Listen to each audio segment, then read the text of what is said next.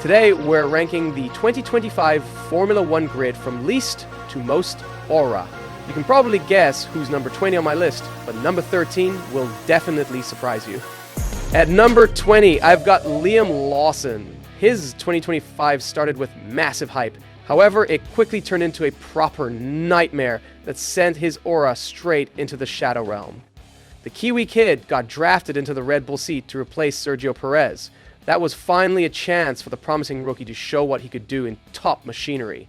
But Formula One had other plans. Lawson lasted exactly 2 races before getting absolutely booted back to the junior team in what Red Bull called a duty of care decision after he looked completely out of his depth. That shuffle didn't just hurt, it obliterated Lawson's aura completely. He hasn't really improved since returning to the RB Mini, and his best finish was P8 in Monaco, which felt more like a participation trophy than actual progress. Keep in mind, his teammate Hadjar ended up 6th at that same race. Meanwhile, paddock whispers grow louder about potential mid-season replacements of Lawson with Red Bull prodigy Arvid Lindblad. But to be honest with you, I think Red Bull has every right to kick him out at this point, as the guy's broken mentally and is just hanging on for dear life. I mean, he himself is calling recent results pretty shocking, and that doesn't exactly scream champion energy. F-tier aura. Es la Colapinta. Colapinta? Franco Colapinto is number 19. The young Argentine should have been celebrating his Williams breakthrough by now, but he found himself shuffled aside when Carlos Sainz decided to join the Grove Gang. One minute he's the next big thing from South America, next he's Sainz racing his car. That's an aura of irrelevance if you ask me. But he signed to be a test driver for Alpine, and the drama there created an opportunity. When Jack Doohan crashed and burned in spectacular fashion during his brief stint, Franco got the call up faster than you can say musical chairs. Suddenly, Argentina had its first F1 racer since 2001, and the entire country collectively lost its mind. For all the chaos surrounding his journey, though, Franco's actual performances have been surprisingly quiet. Maybe that's because in the paddock, many see him as a placeholder. Talented driver for sure, but I don't think Alpine will sign him. Take a look at the stats. This year's results are slightly worse than last year's surprise points in the US and Azerbaijan. All of this is not helping his aura either. He's got the speed, he's got the story. However, until he delivers a breakout moment that makes everyone forget about the circumstances that got him there, he'll remain the guy who benefited from other people's misfortune, and the aura of irrelevance will keep haunting him. Let's focus on Gabriel Bortoleto, and that could have been nasty. Good save. Absolutely. Don't let the low ranking fool you. Gabriel Bortoleto might be sitting at 18, however, his aura is more sleeping giant than actual disappointment. The 20-year-old Brazilian was an F3 champion in 2023, grabbed Formula 2 title in 2024, and now has a multi-year Sauber deal that basically says we're betting our Audi future on this kid. You know, when you beat out Valtteri Bottas for a seat, people take notice. What makes Bortoleto's story compelling is the Fernando Alonso connection. And you think aura farming doesn't work. Having the 2-time world champion as your mentor through A14 management is like having a Formula 1 cheat code. Piastri made it with Webber's help. Bortoleto is repeating the same strategy with Alonso. And the Brazilian fan base is absolutely here for it. After years without a full-time representative since Felipe Massa's retirement, they embraced Gabriel right away. So why only 18th? Simple, he hasn't had his main character moment yet. He's been solid at Sauber, working well with Nico Hulkenberg, but solid doesn't create highlight reels, and he needs to aura farm a little more for his big break. Hulkenberg. Hulkenberg. Hulkenberg. Hulkenberg. Sag's mal ein bisschen männlich. Hey. Hulkenberg. Hulkenberg. While I was putting this entire list together, the biggest anti-record in Formula One history finally collapsed under the sheer force of vibes alone. Nico Hulkenberg, the man, the myth, the walking 4th place, actually did it after 15 years, 200-something starts, a million memes, and countless heartbreaks. He dragged that Sauber onto the podium. This is the same guy who spent a decade being the paddock's ultimate nearly man, fast in quali, fast in the wet, fast when it didn't matter. But when it did, something, always something, robbed him. Hulk P4 became a meme so powerful, it felt like the universe just wouldn't let him have nice things. Silverstone 2025 finally said no more. Perfect tire coat to slicks just as the track flipped. And the trophy? A Lego brick trophy, of course, because the universe just had to keep it slightly cursed for the story. Honestly, if I had a crystal ball when I made this list, I'd have put Hulkenberg way higher. Because this moment turned him from the grid's tragic side quest into a proper legend. Red flag, red flag, red flag. I'm in the middle of the track. Okay. Red flag, red flag. Nobody cares about Lance Stroll's aura, even the man himself. 7 years into his F1 career, he's still fighting the same battles, and even his dad wants out of this mess. He never escaped the paid driver label, and honestly, the internet won't let him. Plus, Aston Martin's 2025 struggles haven't helped his case. Yes, he finished more races than Alonso, but it's just because the old man started binning the car left and right this year. When the team was podium capable in 2023, Lance looked like a legitimate midfield driver for a second. Now, with the car at the back of the pack, he's often invisible. Lance's aura of nepotism is here to stay, and we'll have to watch him chewing gum during interviews till the end of the year at the very least. I just hope his father finally sells the team to the Saudis, and that will be the end of this mess.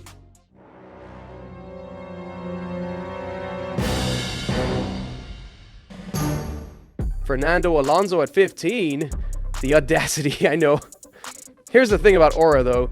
It's not just about legacy, it's about current relevance. Therefore, El Nano's 2025 finds him in an interesting spot. At 43, he's still wheeling an Aston Martin around tracks with the skill of someone half his age. However, the conversation has largely moved on to younger stars making bigger waves. Don't get it twisted, Fernando's legend status is untouchable. 2 world championships, enough radio gold to fill a museum, and he still occasionally pulls vintage performances out of thin air. But in 2025, the car isn't there. The old fox can barely finish the race in this pile of garbage. The comments about being the unluckiest driver, Yeah, it's gonna be a torture. It's like luckiest. are not helping the aura either. It's starting to feel like he's no longer the main character in his own story. And that's a little scary. You take one hit and you'll be swinging with the band when you hang around that old Viperman. The baby-faced assassin at number 14 brings serious future star energy to the 2025 grid. At 20, Oliver Bearman carries himself with the kind of quiet confidence that suggests he's been preparing for this moment his entire life. Or maybe that's how rich Brits always look. Bearman's pre-F1 cameos were like movie trailers for the main event. Whether filling in for Ferrari during practice sessions or stepping up for Haas in 2024, he consistently showcased his insane aura. The kid doesn't seem to have nerves, he just gets in the car and drives like he's been doing it forever. The bear emojis follow him everywhere. Bear Force 1, full of British girls, is ready to deploy at any moment. Okay. That's probably enough about his looks. The reason Bearman isn't higher on this list is simple. He's still building his highlight reel. The Haas isn't capable of breakthrough results, therefore Oliver's excellence often goes unnoticed. He's consistently outperforming the car's potential, but can't outperform Ocon just yet. Oliver Bearman's aura is that of a diamond in the rough, not quite polished to perfection, but still clearly destined for greatness.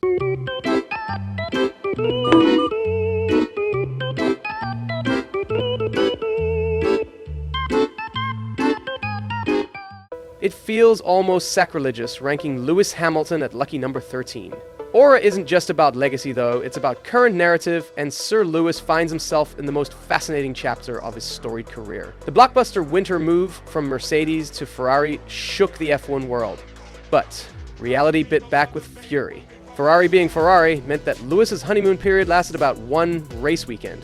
Car issues, questionable calls, the kind of operational chaos that makes you wonder if the team practices self-sabotage as a sport. The most intriguing aspect of Lewis's 2025 aura is watching him navigate the Charles Leclerc dynamic. For years, Hamilton was the undisputed alpha at Mercedes, the team revolved around him. Now, I really don't think he's the team leader. Yes, he's older and more experienced, but guess who's got more podiums and points? I would argue Hamilton's aura has become more human in 2025. The invincibility factor is gone. He's not the odds-on favorite every Sunday anymore. Instead, we're seeing a more vulnerable, grinding version of Lewis who has to actually work for results. Hamilton's 2025 is a year of a legend riding in an unexpected final act, still capable of greatness, but no longer guaranteed it.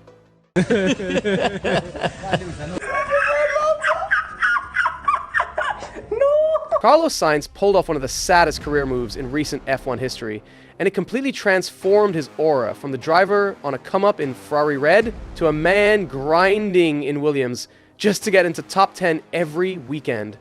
Still, this unfortunate event didn't break him. Pairing Carlos with Alex Albon has created arguably Williams' strongest driver lineup in over a decade. Both men are proven performers who understand the long game.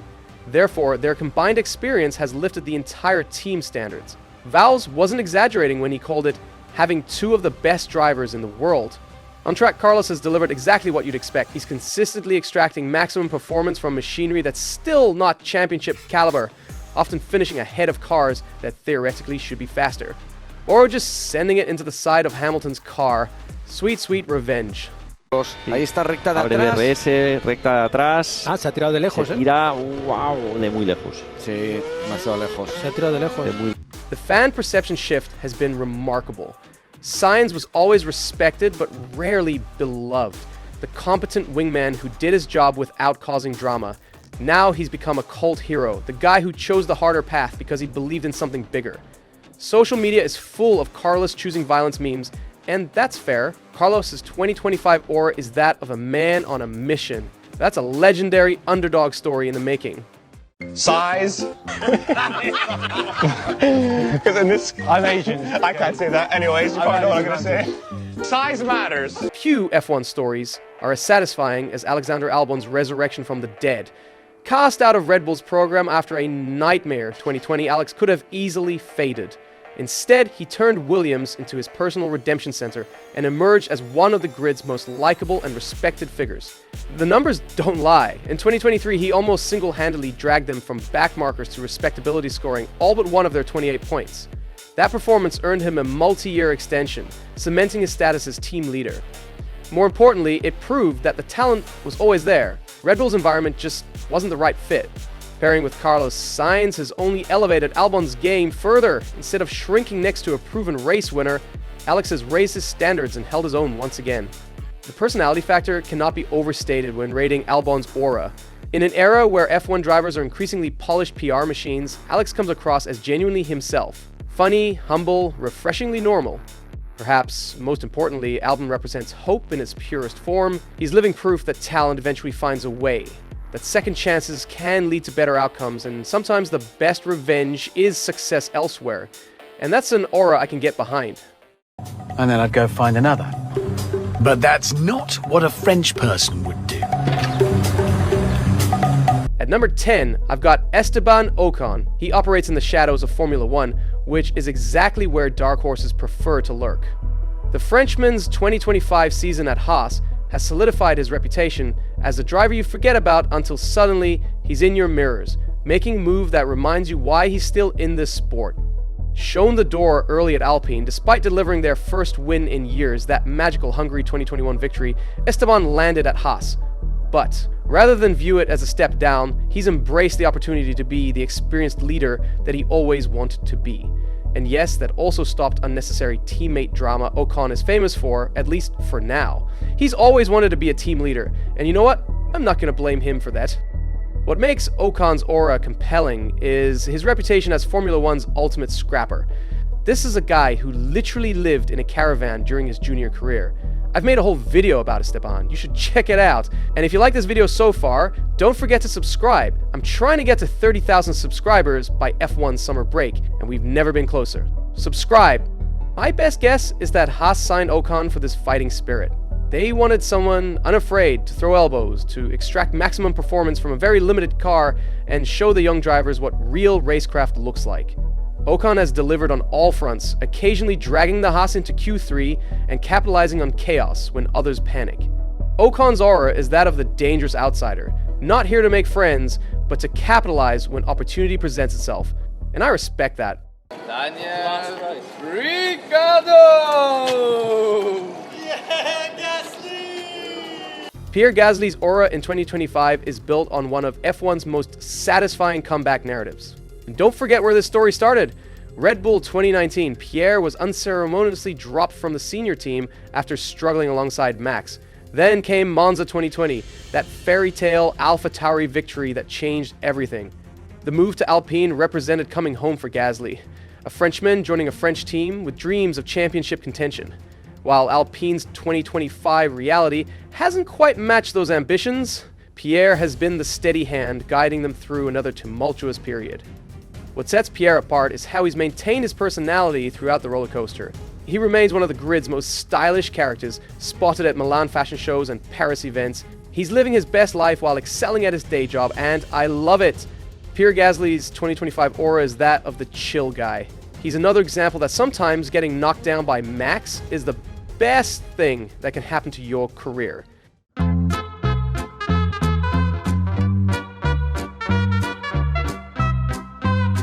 George Russell entered 2025 carrying the weight of expectation and opportunity in equal measure. With Lewis Hamilton's departure to Ferrari, the 27-year-old Brit stepped into the Mercedes team leader role. His aura sits at number 8 just because he has not filled those big leader of Mercedes shoes just yet. Russell this season has delivered exactly what you'd expect. That victory in Canada, Mercedes' first win of 2025, came through classic George. Opportunistic, calculated, executed with surgical precision. And of course, not without some disgusting tricks on Max. The challenge for George's aura is standing out in a season dominated by bigger personalities and more dramatic storylines. While Norris and Piastri have their McLaren war, Hamilton writes his Ferrari chapter, Russell has been quietly excellent rather than memorable. You know what I'm saying? To be fair, his cookie-cutter approach to racing annoys me immensely. Russell's aura in 2025 is muted. Yes, when winning opportunity arises, he takes it. However, nobody wants him to be the main character of Formula 1, because that would be insanely boring. Reliability issue, and that's a scary place to be behind racing speed.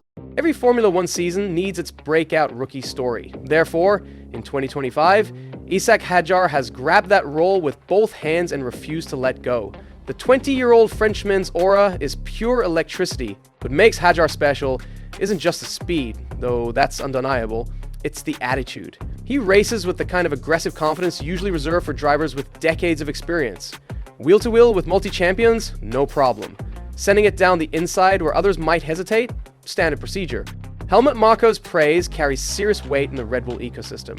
And when he publicly acknowledges being really happy with a rookie's performances, careers change overnight. The contrast with struggling Liam Lawson has only enhanced Hadjar's reputation. While Lawson battles for relevance after his Red Bull demotion, Isack has seized every opportunity to prove he belongs. The internal Racing Bulls dynamic clearly favors the fearless freshman, and whispers about potential promotions are growing louder. Isack Hadjar's aura is that of the next big thing in real time, and I do hope his winning mentality only grows stronger by the end of the season.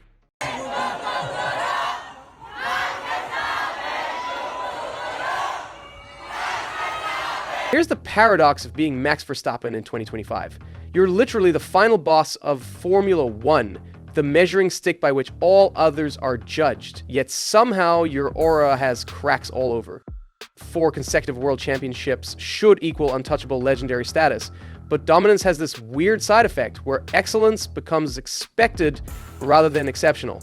Don't get me wrong, Max is still absolutely terrifying on track, but with McLaren's resurgence, he actually has to fight for wins rather than just manage them. When Piastri and Norris got ahead of him in the standings, we've all perked up. Suddenly, Max wasn't inevitable anymore. However, off-track Max's aura gets an interesting boost from his refreshing honesty about F1's direction, his threats to quit early if the sport keeps diluting the weekend format with more sprint races. It's very Senna-like, the dominant champion who might just walk away because he's not beholden to anyone. Max's aura in 2025 is that of the established emperor, feared, respected, occasionally resented, but undeniably supreme. The question isn't whether he's the best driver on the grid, it's whether anyone still finds his success surprising enough to generate genuine excitement. There's that one kid that did the Leclerc! Number 5 is big for me, because I gotta make a confession to you, I kinda wanna see Ferrari win. Maybe not this year, but at least at some point. In the 2025 season, threw Charles the ultimate curveball, Lewis Hamilton as a teammate. Lesser drivers might have crumbled under the pressure of sharing a garage with the GOAT.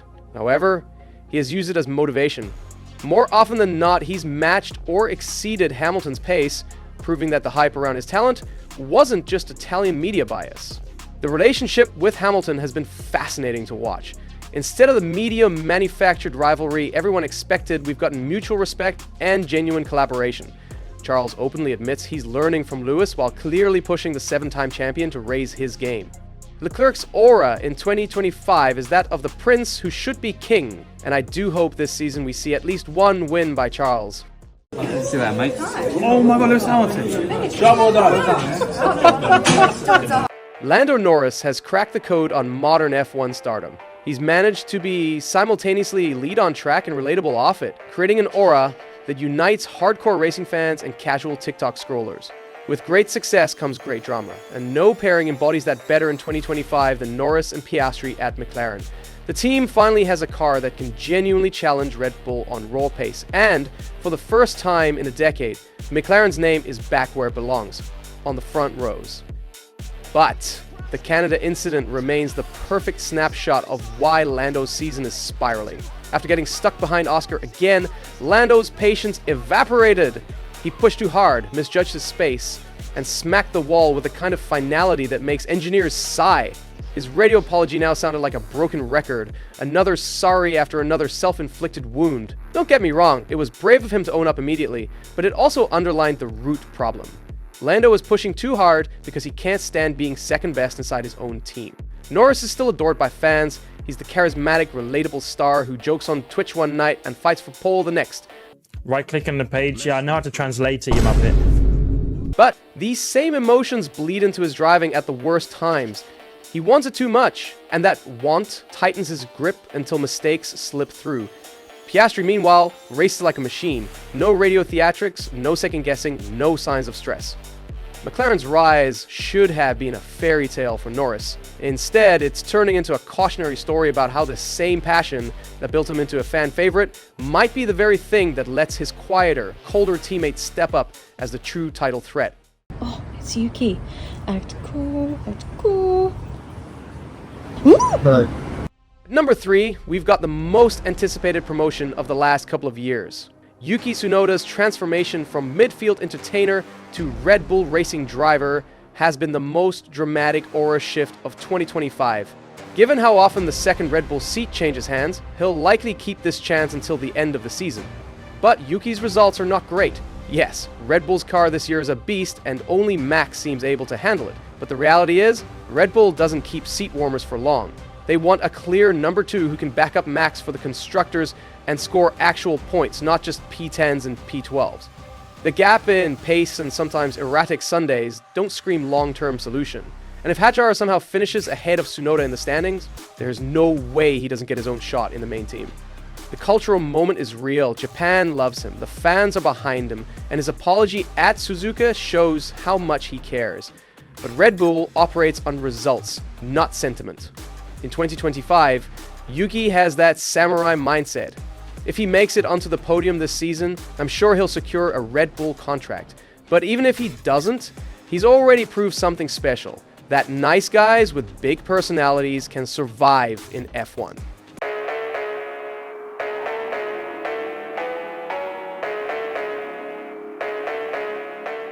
The hype around Kimi Antonelli entering 2025 was already astronomical. By mid-season, it's reached levels that would make Mercedes marketing executives weep with joy. This isn't just a rookie doing well, this is a future champion announcing himself to the world. Mercedes' decision to fast-track Antonelli, straight from F2, raised eyebrows everywhere. Toto Wolff essentially bet the house on this kid, and the early returns suggest he might be winning. The Canadian Grand Prix podium was the moment Kimi's aura went supernova. Chaos everywhere, but there's a teenager calmly holding P3 while veterans make a mess of their pit stops and strategies around him. He became one of the youngest podium finishers ever and the first Italian on the F1 podium since 2009. The Italian media obviously lost their minds. The Baby Schumi nickname has stuck, and honestly, the comparisons don't feel premature.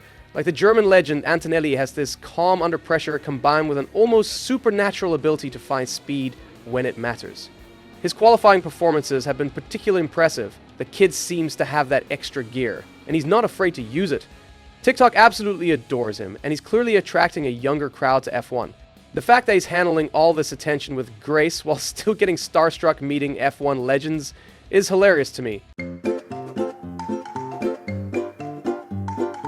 Perhaps most tellingly, rival teams are already circling. Ferrari reportedly regrets not having an avenue to sign him, and Red Bull's Helmut Marko calling him the revelation of 2025.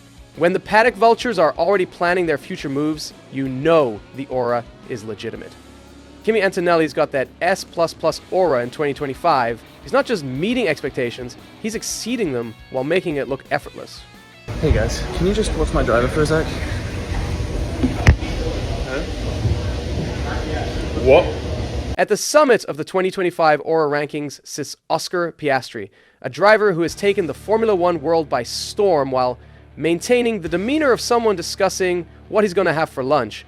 Leading the Drivers' Championship as we enter the season's second half, Piastri has done something remarkable. He's made excellence look routine. While others grab headlines with bold declarations and flashy moves, Oscar has methodically collected podiums, wins, and championship points with the consistency of a Swiss watch. Except that one cool overtake he made in Saudi, that was actually exciting. And Piastri going very brave to a dirty, dusty part of the race. Still, I don't think Piastri skipped a heartbeat. Don't mistake the calm for lack of personality, though. In interviews, he'll drop a savage but polite burn without changing expression. When asked if he'd learned anything from watching Lando's telemetry, he famously shrugged and said, "Not much, to be honest." I also have a question for Nico. How does it feel after 15 years of F1 to get a podium and it's made out of Lego that you can just pull apart? And what, sorry? It's just made out of Lego that you can pull apart and probably buy next week. Yeah. I love Lego. The most remarkable aspect of Piastri's aura is how he's made this level of success look inevitable. In his second F1 season, he's leading the championship and outperforming a proven race winner as his teammate. Oscar Piastri got that Sigma grind set aura in 2025. He doesn't need to tell you he's special, he just shows you one perfectly executed lap at a time. Do you think he'll clinch the title, or will Lando finally get it together before that? Let me know in the comments, and don't forget to subscribe.